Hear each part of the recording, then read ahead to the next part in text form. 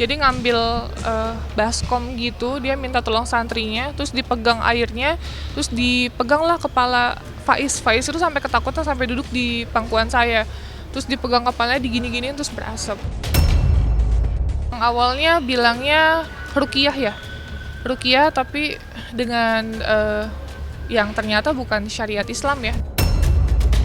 Jadi pas pulang malamnya dia malah kejang.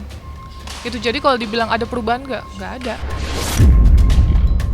Maaf sekali dagingnya udah ada di mulut, jadi nafasnya udah sangat terganggu dengan kondisi fisik yang sangat jauh, tapi ya udah ketentuan Allah seperti itu sih gitu. Tapi sangat disayangkan dengan adanya saya membuat video yang saya berharap itu adalah pengobatan yang tepat, tapi ternyata adalah salah. Aku akan salah satu orang yang bertanda tangan atas petisi itu. Kalau itu memang ada unsur, saya malah setuju. Saya tidak bisa menolak Anda praktek buka dukun, buka praktek perdukunan. Tetapi yang logis-logis saja lah. Setelah pengakuan Balena, seorang selebgram cantik beberapa waktu yang lalu tentang pengalamannya berobat di padepokan milik Gus Samsudin, kini kembali muncul kesaksian mengejutkan dari YouTuber Pratiwi Novianti tentang praktek pengobatan abal-abal yang dilakukan oleh Gus Samsudin. Menelisik lebih dalam lagi tentang kontroversi pengobatan yang dilakukan oleh Gus Samsudin yang hingga kini masih menimbulkan keresahan tersendiri bagi sejumlah orang yang pernah mengharapkan kesembuhan saat berobat di sana. Surat izin praktek yang tidak sesuai dengan apa yang dipraktekkannya membuat kini padepokan Nurzat Sejati harus ditutup paksa karena mendapat protes keras dari warga sekitar. Munculnya sebuah petisi tentang protes ajakan masyarakat untuk segera melaporkan Gus Samsudin karena diduga telah melakukan penodaan agama. Nyatanya kini menjadi sorotan panas di dunia maya. Lantas, seperti apakah respon para korban hingga masyarakat terkait petisi tersebut? Terlepas dari kontroversi gelar Gus yang ia sematkan di depan namanya, rasa keingintahuan warganet tentang kisah masa lalu seorang Gus nampaknya berbarengan dengan viralnya sebuah video yang menampilkan sosok yang mirip Gus Samsudin sebelum terkenal. Lantas, seperti apakah kehidupan Gus Samsudin saat ini setelah padepokannya ditutup? Benarkah kini ia sedang mencoba peruntungannya di dunia fashion? Saksikan selengkapnya hanya di Jumicam Indap berikut ini. Hai Cumi Lovers, bersama Jumicam Indap kami sajikan kabar lengkap, mendalam dan akurat dari narasumber terpercaya. Dan jangan lupa untuk like, subscribe dan juga share channel YouTube ini.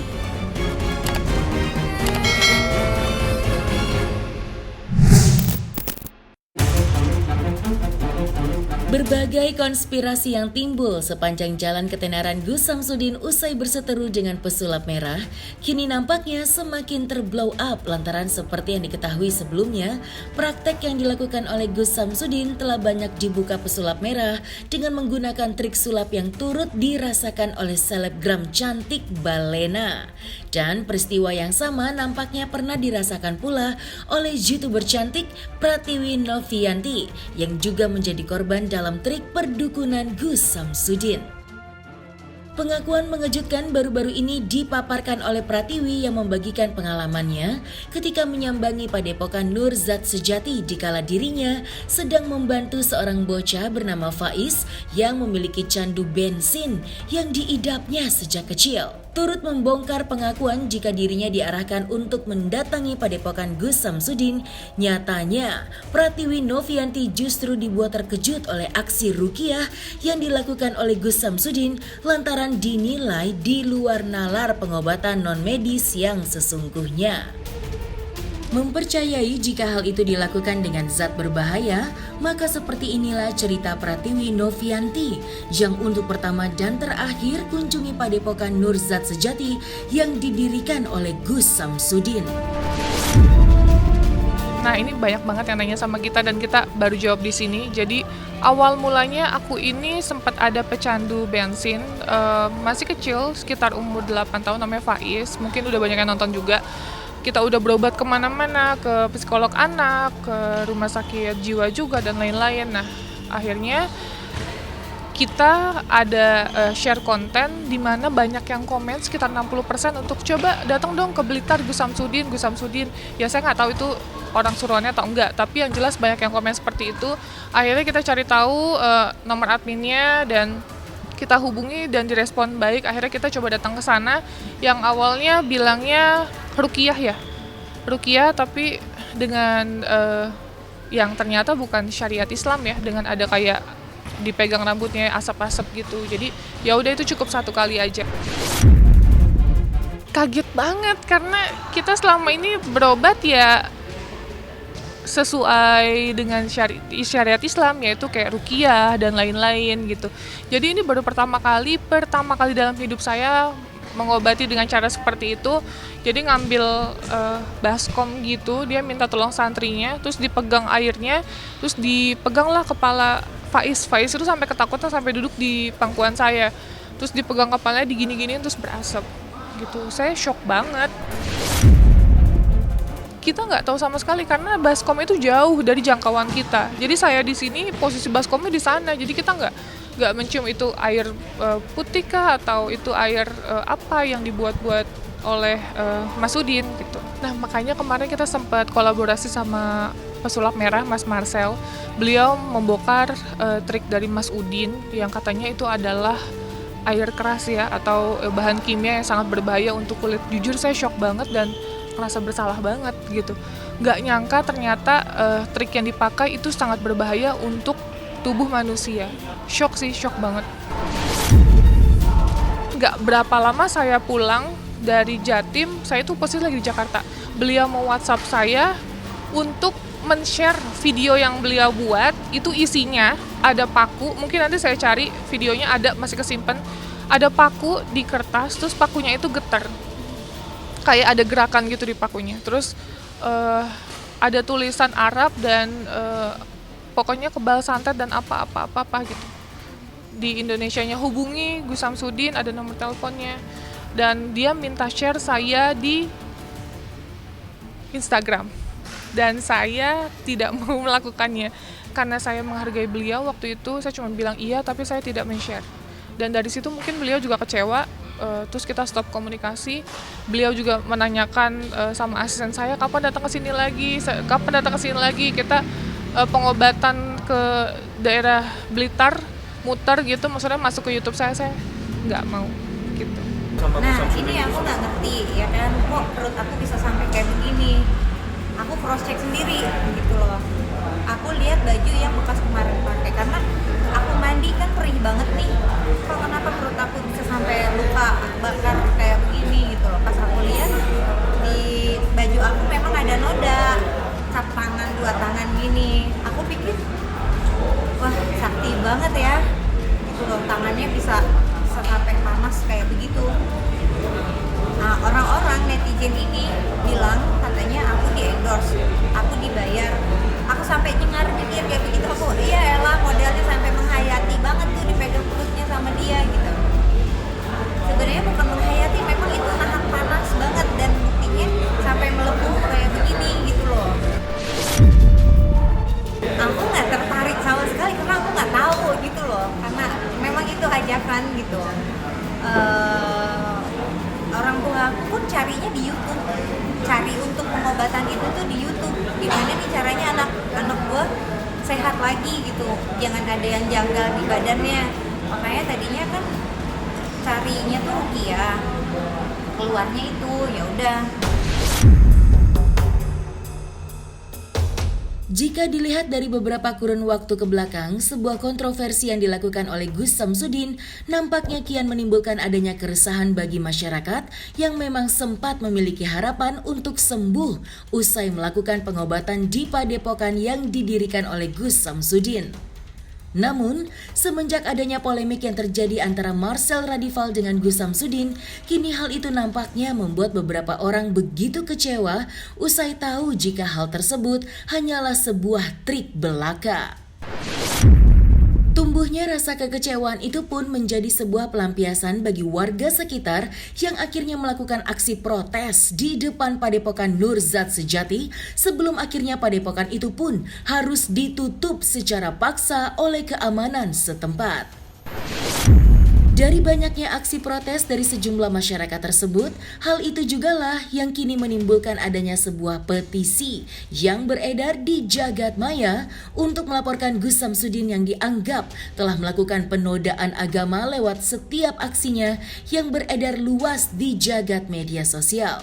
Lantas, seperti apakah reaksi korban hingga tanggapan dari Gus Miftah mengenai adanya petisi yang dilayangkan untuk menyeret Gus Samsudin ke jalur hukum?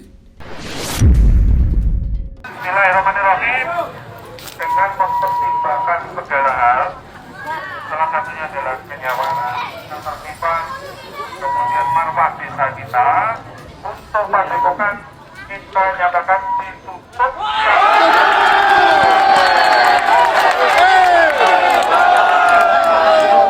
Loh, kalau saya kemudian orang yang merasa tertipu, itu silakan dilaporkan.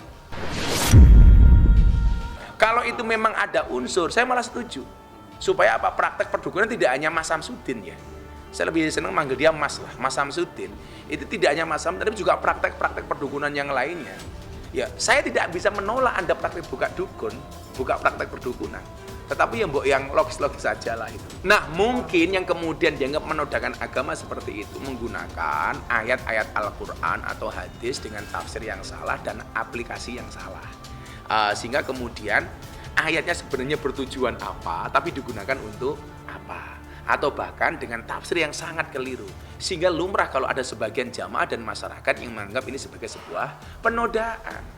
Padahal disebutkan oleh hadis oleh Nabi Muhammad SAW, man fassara al-Quran bi ra'yi falyatabawa maq'adahu minan nar. Barang siapa menafsirkan Al-Quran sesuai dengan kemauannya, maka siap-siap mengambil tempat duduk dari api neraka.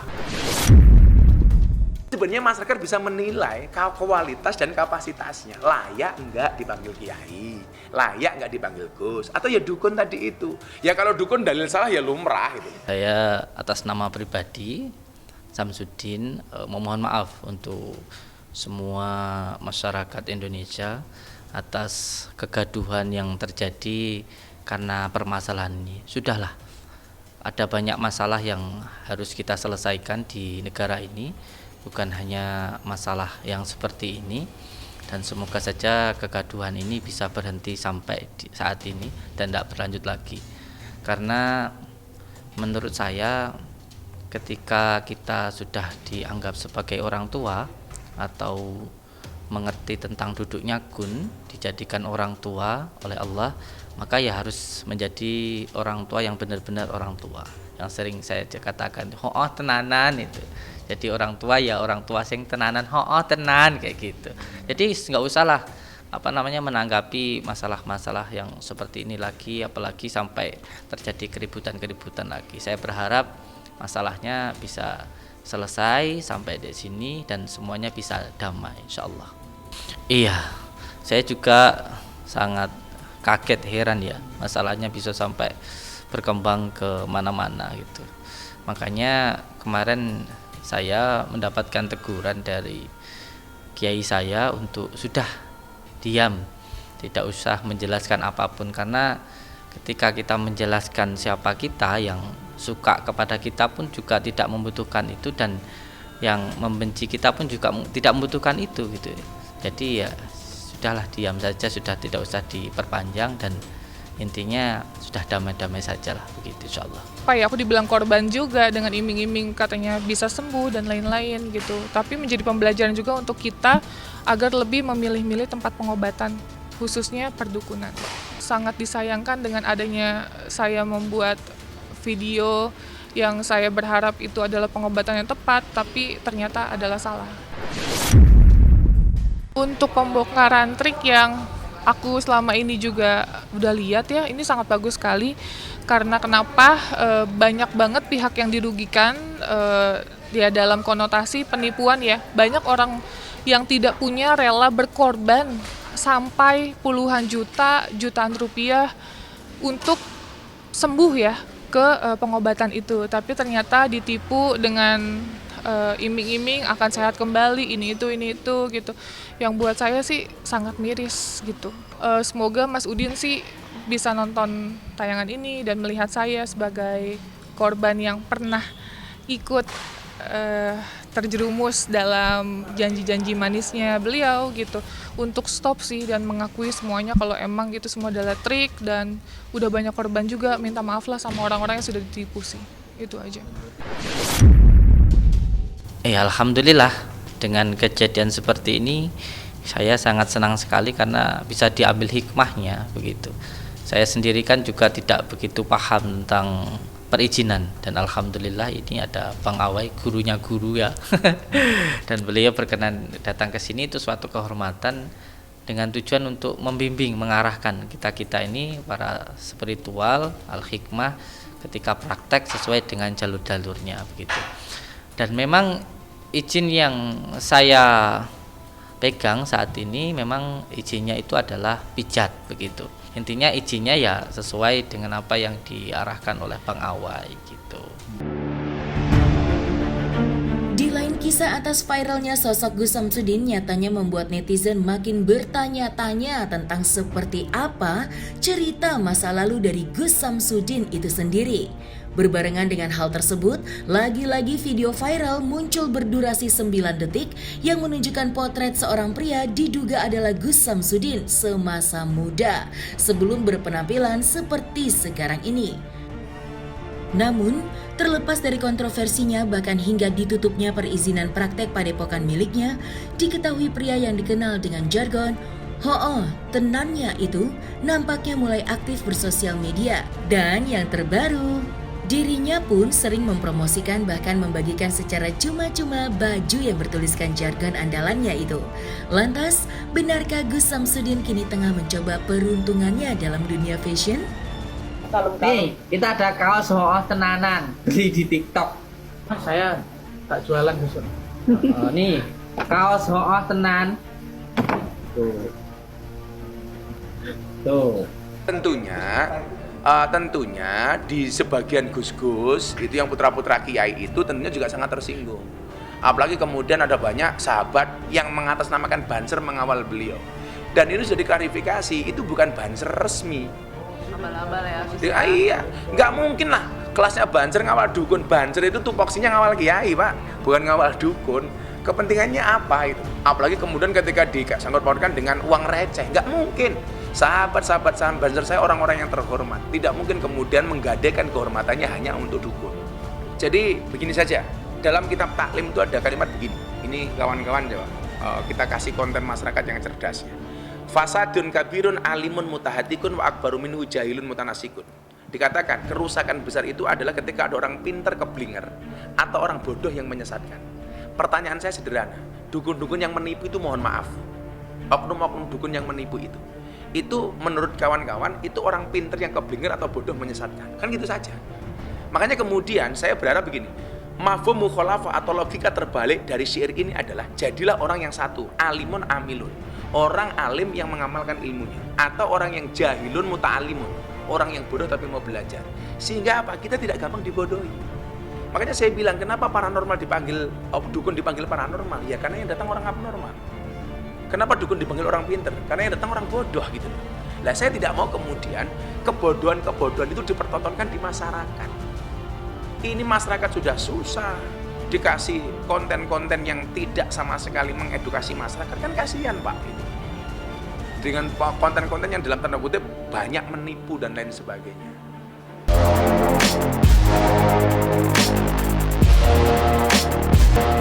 Nah, selesai sudah Cumi Lovers. Bersama Cumi Kam Indap, kabar lengkap, mendalam dan akurat dari narasumber terpercaya.